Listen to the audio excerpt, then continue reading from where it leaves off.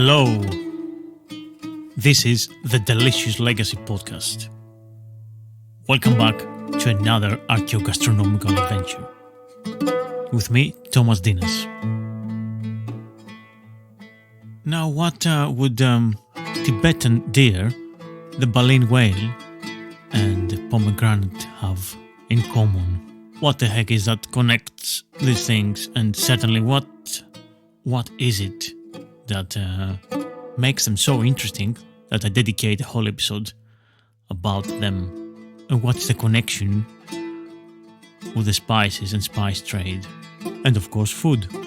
Well, if you have a little patience, sit here with me and enjoy this episode. So I would like to take the opportunity to ask you some question about the podcast here. Do you prefer the episodes to be released on a Monday or on a Wednesday? When is it more likely that you will listen to them? And on a similar note, if you noticed that I'm trying to produce one episode a week, is that something that is it good or is it too much for you guys? Or do you prefer that I go back to one episode bi-weekly, like 2 episodes a month or so? Please let me know what your preferences are.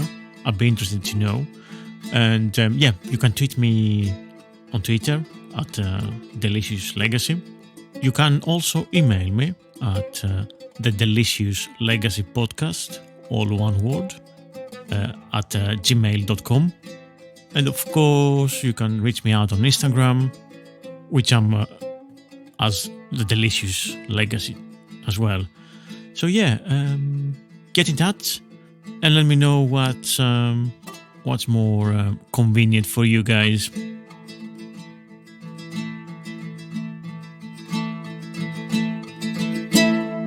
Now, we certainly have encountered musk and the derivatives of it in a perfumery and also, the glands of animals and so on.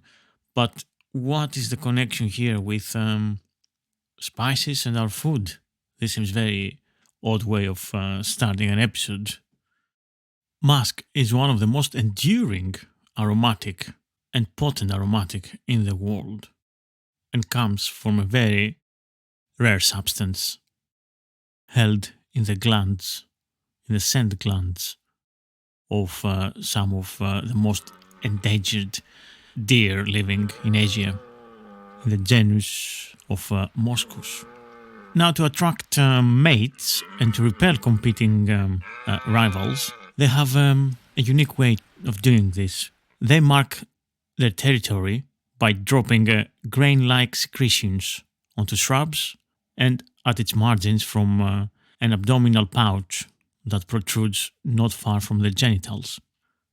So in the wild, a mature buck will produce and paste 20 to 25 grams of these waxy, blood-colored musk grains into shrubs on each mating season. When these pasty droppings are dried, they become charcoal black grains rich in the pheromone known as muskone to chemists. And the fragrance of freshly harvested musk is so powerful, so potent, that newcomers find it either completely repulsive or, for some reason, divinely pleasurable.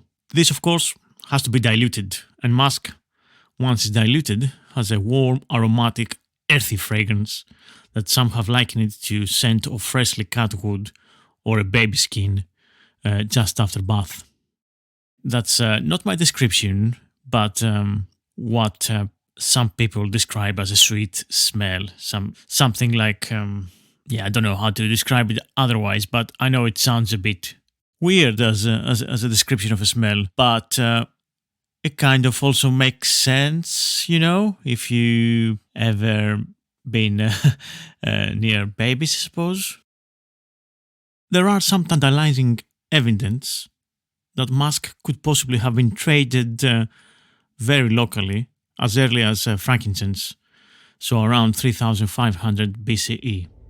But thousands of years passed, and by the 6th century CE, musk had become the most widely sought after and highly prized fragrance in the world, with a single kilo of musk worth twice the value of an equal amount of gold.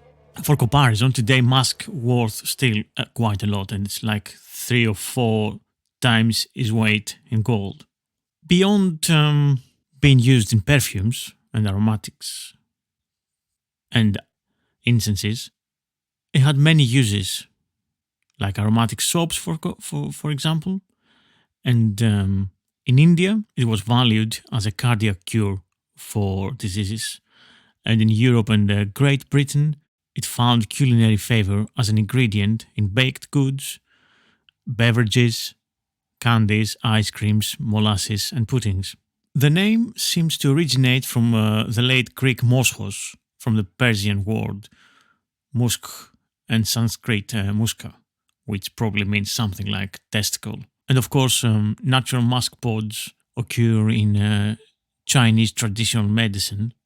And when Marco Polo described the collection of amber musk grains off the forest floor for trade westward, they were probably being gathered in the natural habitat of the Siberian musk deer, in either the Tian Shan or the Altai Mountains. Once these were widespread musk deer species, ranged from Siberia and outer Mongolia southwestward across the trade routes and all the way to Kazakhstan.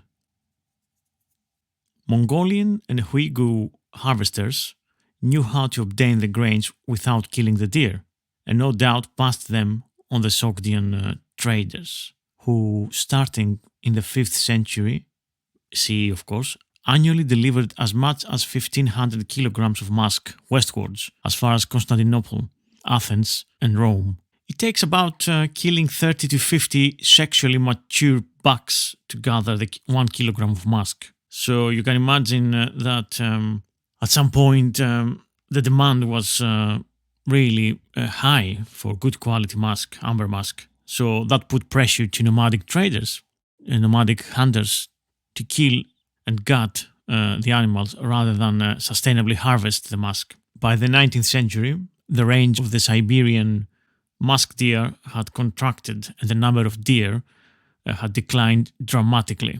And today, the only surviving population in China remains the most remote reaches of the Altai Mountains. Once the traditional primary sources for amber musk declined, harvesters turned to Tonkin musk from the black musk deer living in the Tibetan highlands.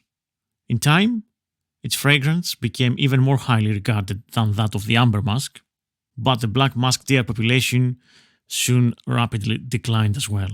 And of course, finally, poachers, hoping to meet the continuing demand, ruthlessly began hunting a third species from farther south in the Himalayas, and its numbers have also fallen.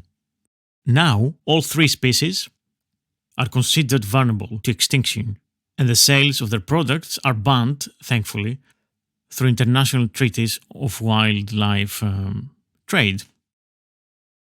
There's a Persian Arab dessert called Falut Hajj, a confection made from sugar, starch, and nuts and flavored with musk and rose water.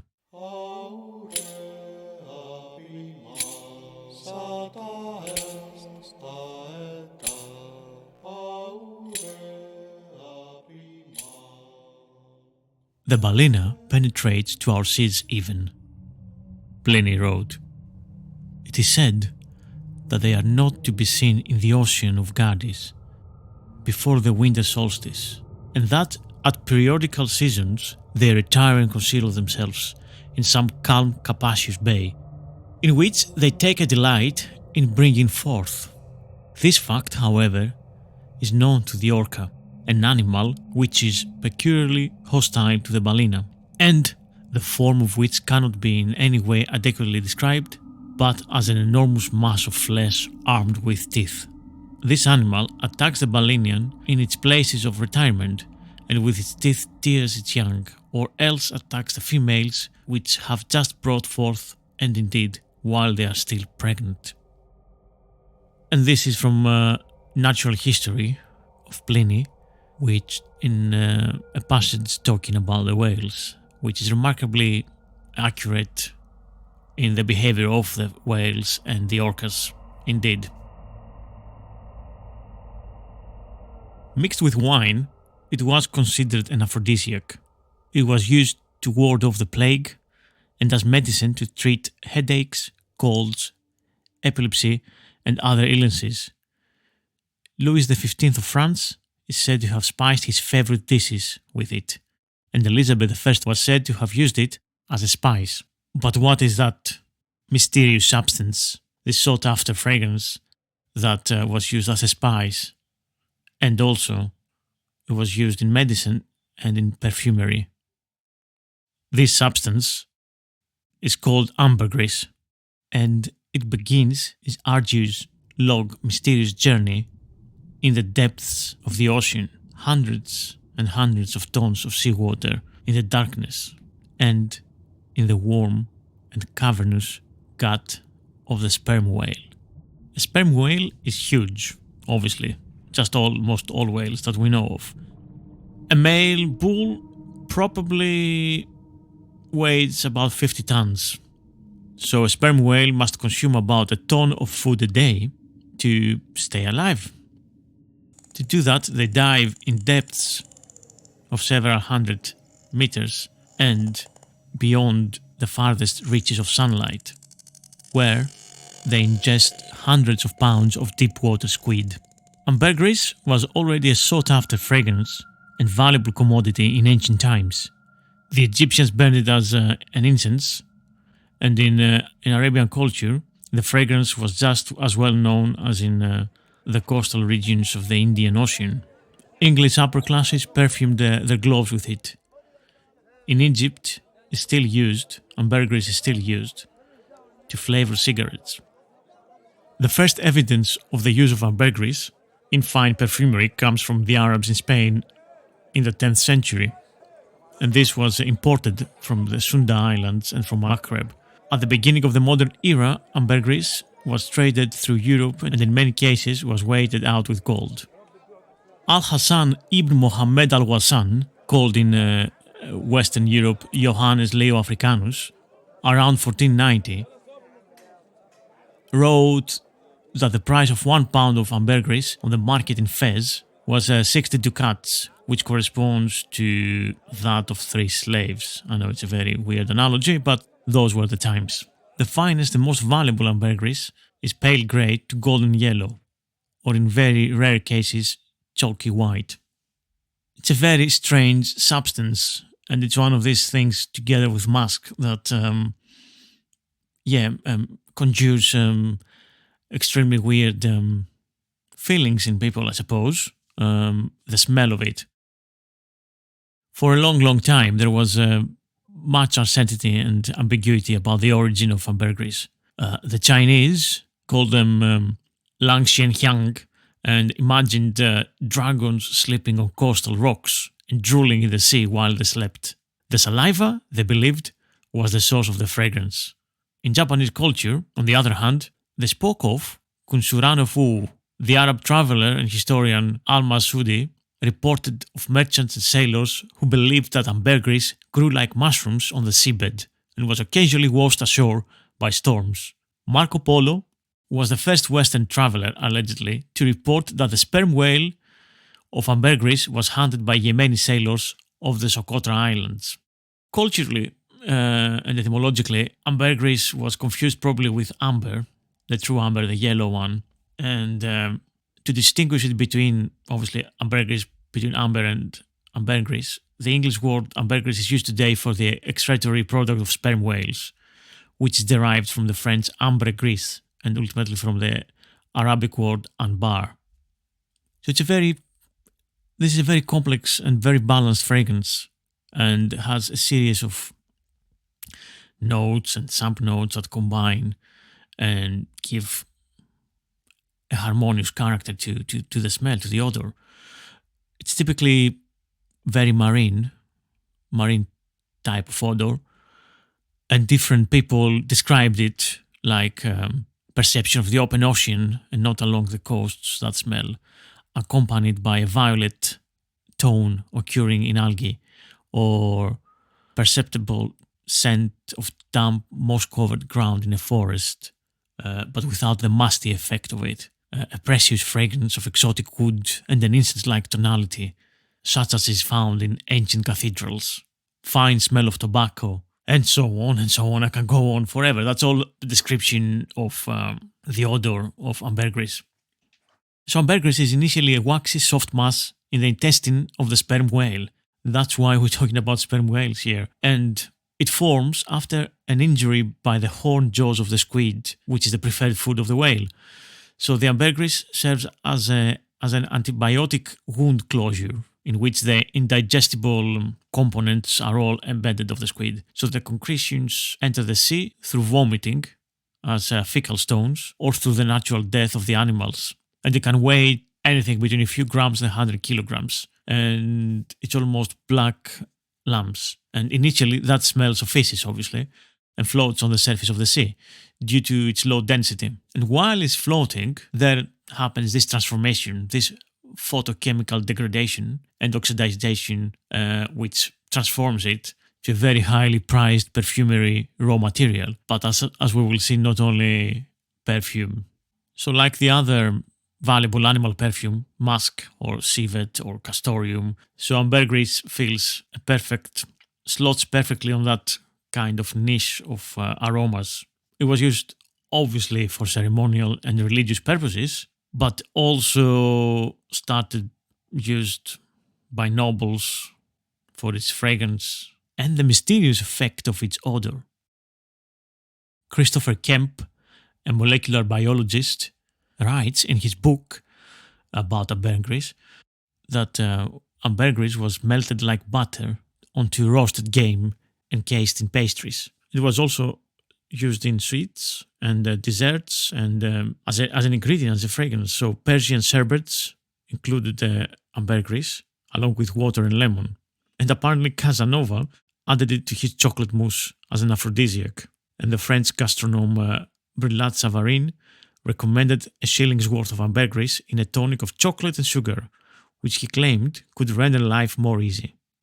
Like coffee, but without the restless sleeplessness. Of course, being one of these mysterious substances that ancient people didn't know much about it, or where was it coming from, or being so rare, obviously was used a lot in perfume making and also in cooking, but not as common as we think, obviously.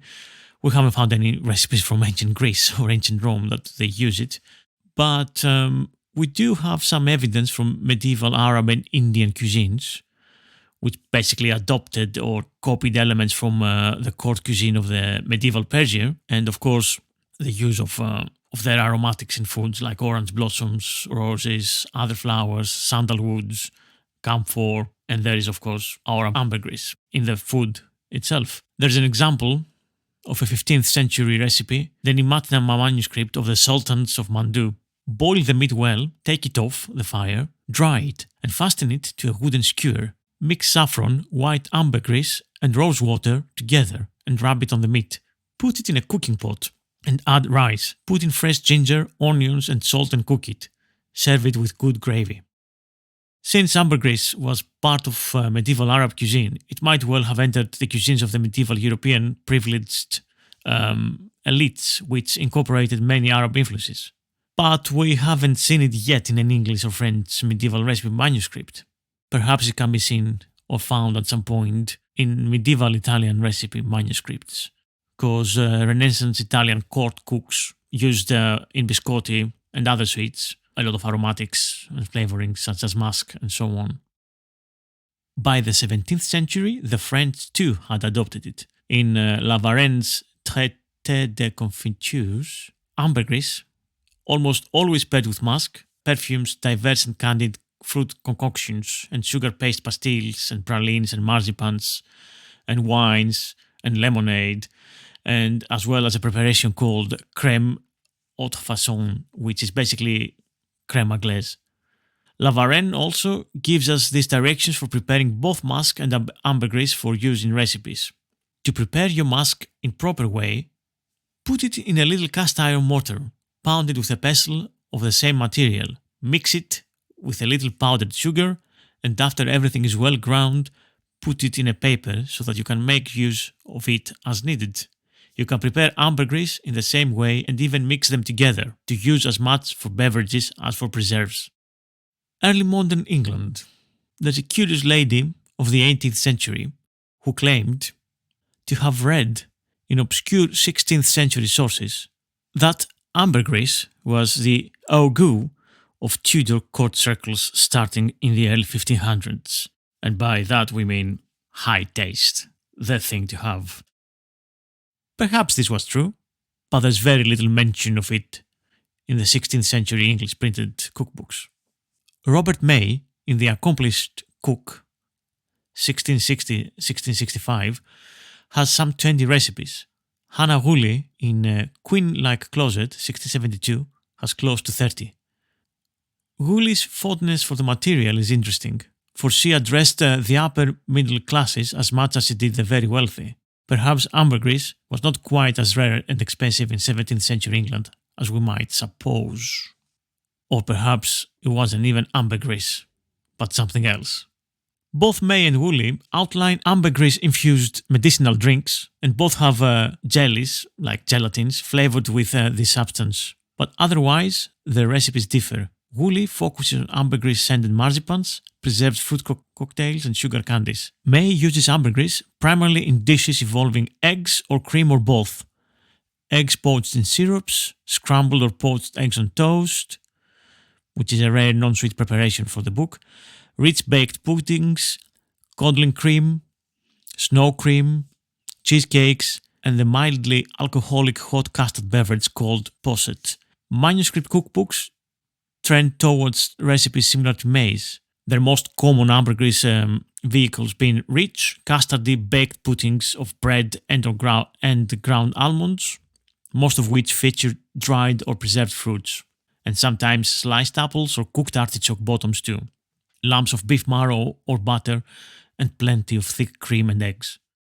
The following recipe is typical, except for the green potatoes whole, which we guess were the cream-colored sweet potatoes of the day, harvested when tiny and then candied and tinted green to resemble candied citron. And I'm going to put this recipe on my Patreon page for you to listen. So it's a recipe of almond puddings. It's a very interesting thing using this animal-like substance, flavor, odor, which it could be very subtle, of course, but still use it to flavor things like sweet dishes and rich puddings and baked puddings. But it must have been fashionable and tasty and something people did because also musk was used too, and musk is very animalic as well.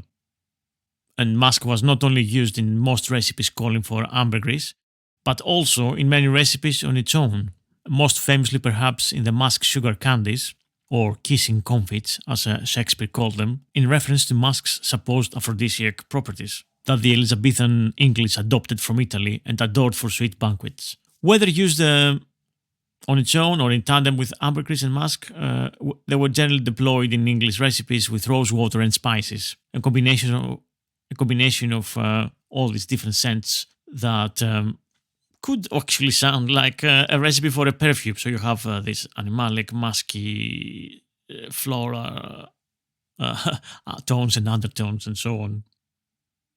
But in the end, tastes, I suppose, change, things evolve, and cultures influence other cultures and what is trendy and fashionable and so on. So in the end, the English predilection for animalic foods proved fleeting. Ambergris and musk appear in very few recipes written after 1700s. There's one cookbook by the author E. Smith, which has a recipe for whipped cream from 1727, which was supposedly copied by Hannah Glass in 1747 and in turn by Susanna Carter, 1772, and finally by Amelia Simmons, 1796, which is basically this recipe, this whipped cream recipe served with pastry in the second course of dinner or with cake at evening parties. So this cream is mixed with ambergris. The lumps, which are initially almost black in color, float on the sea surface, as we said.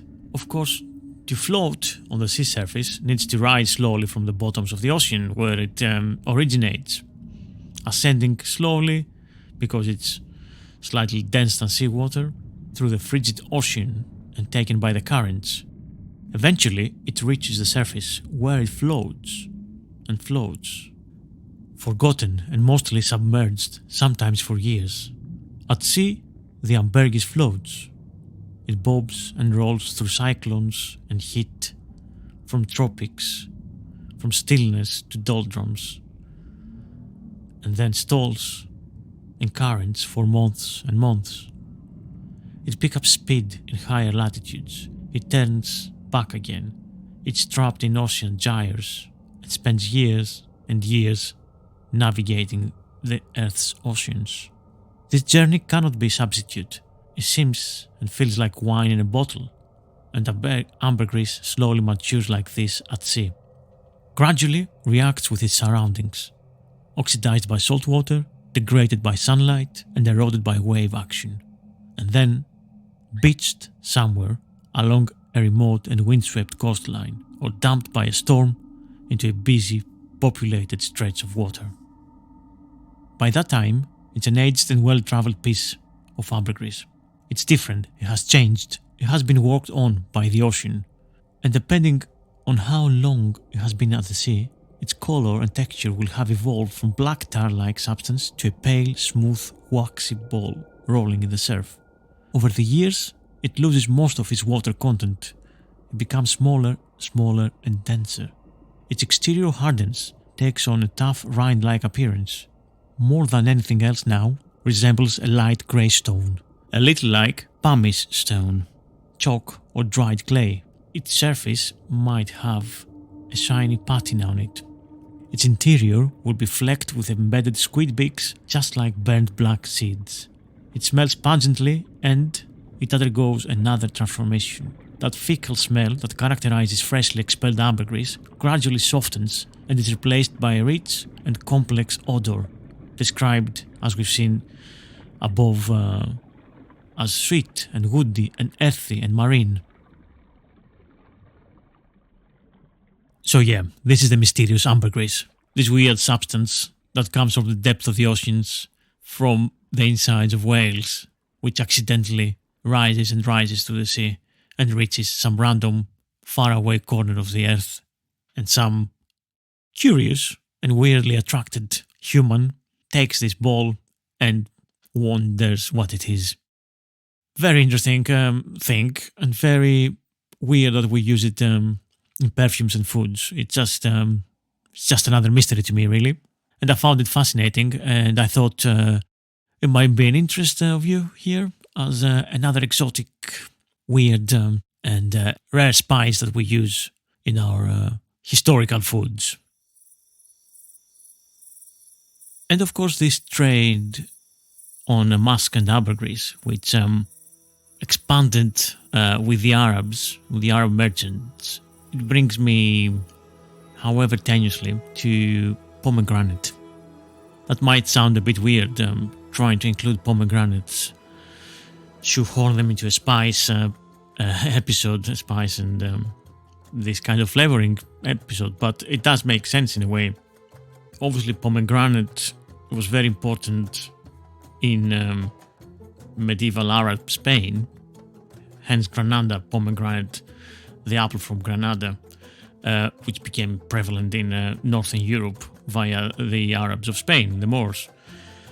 And although you might not consider the pulp and the seeds to be a true spice, as I said earlier, the seeds and the syrup of the pomegranate can be used and are used all the time as garnish and as salad dressing, in a salad dressing, of course, as flavoring for sauces. Nowadays, as it was back in the Arab times, it was considered also something that can be used as a medicine to promote well-being, and we've seen a lot of juices made from pomegranate these days to promote antioxidants and so on and so on. And we can say that there are a few different varieties of pomegranates, some very sweet and pleasant, others sour and bitter and astringent, or tartly and acidic.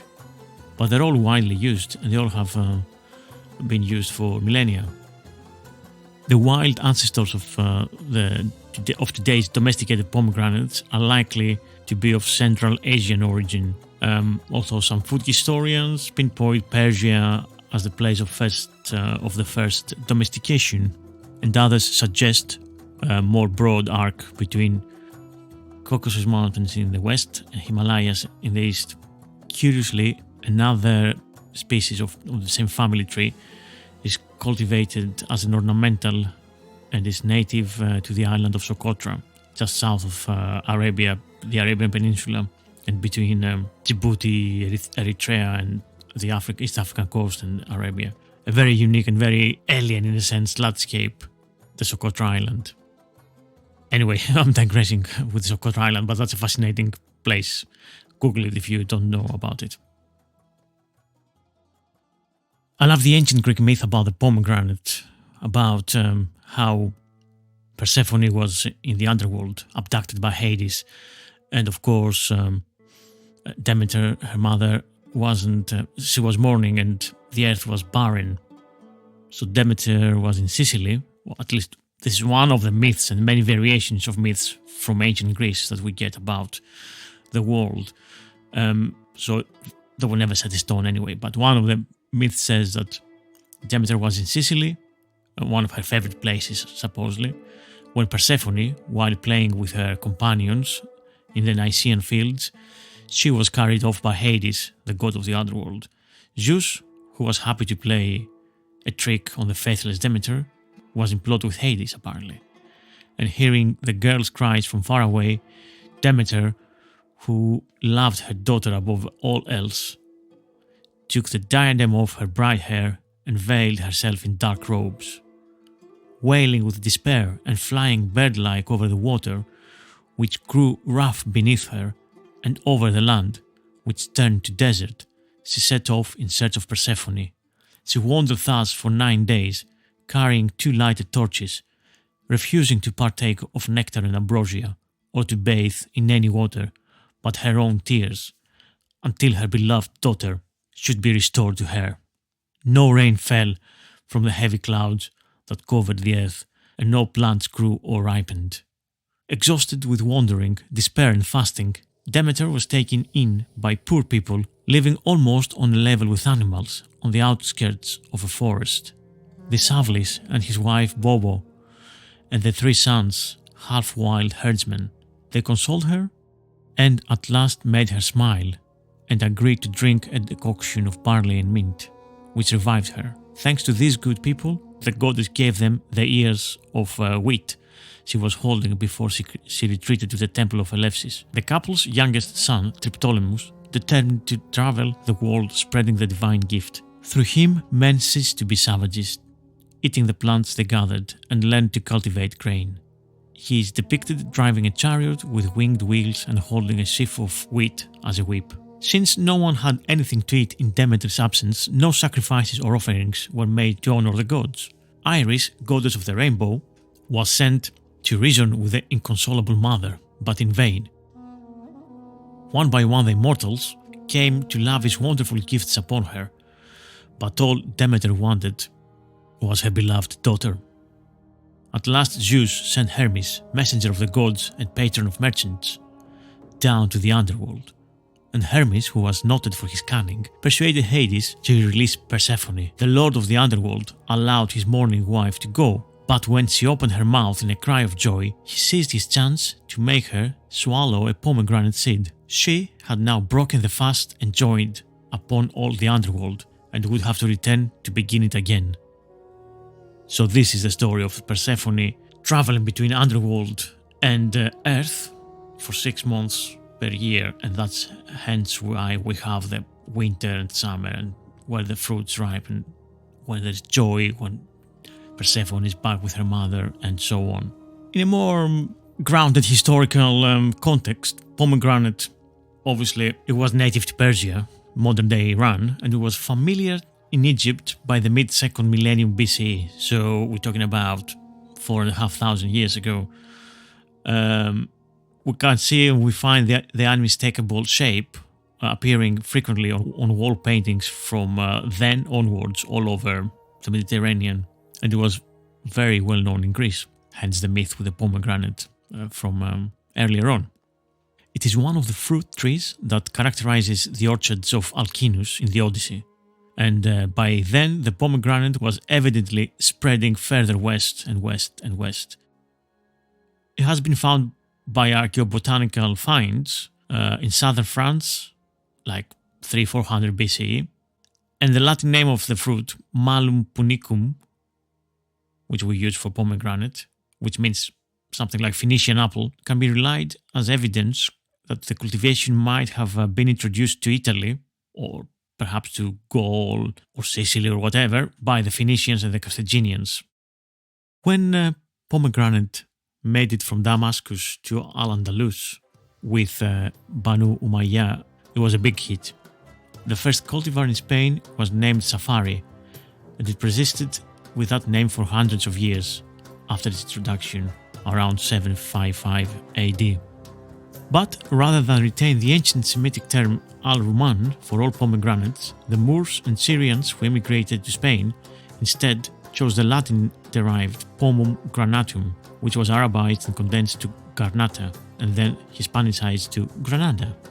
And the latter, of course, as we said, became the name of one of the most important centers of culture and agriculture in Moorish Spain during the era of Convivencia, which is Granada. Sephardic and Moorish Jews became just as fond of pomegranates as Arabs were, and used the image of the fruit above the doorways of their homes throughout the West.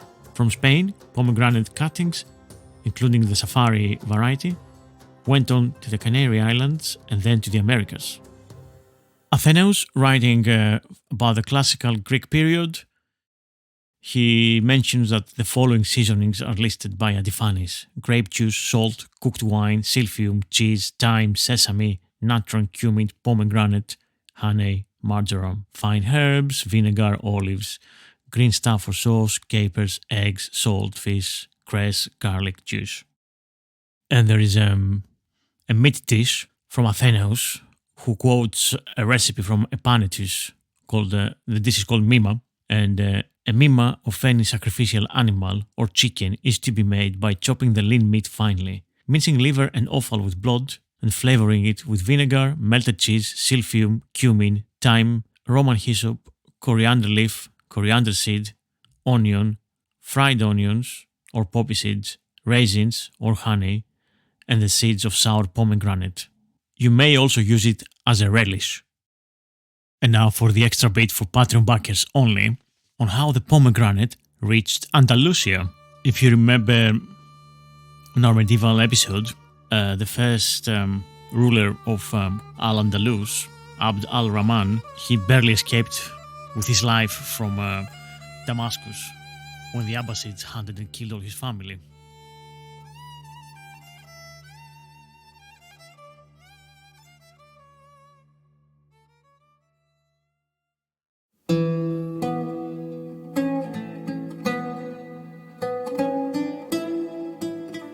And that's it. This is the episode for today. Thank you for listening. You know what I'm going to say. Please go and review and rate the podcast wherever you're listening to your podcasts from. Apple Podcasts, Spotify, Pocket Casts, Acasts, and share it with 3 friends. If you do me this favor, it means the podcast can grow and more people can listen to it and we can keep this going. Thank you for listening. I've been Thomas Dinas, and this was the Delicious Legacy Podcast. Have a lovely week. See you soon.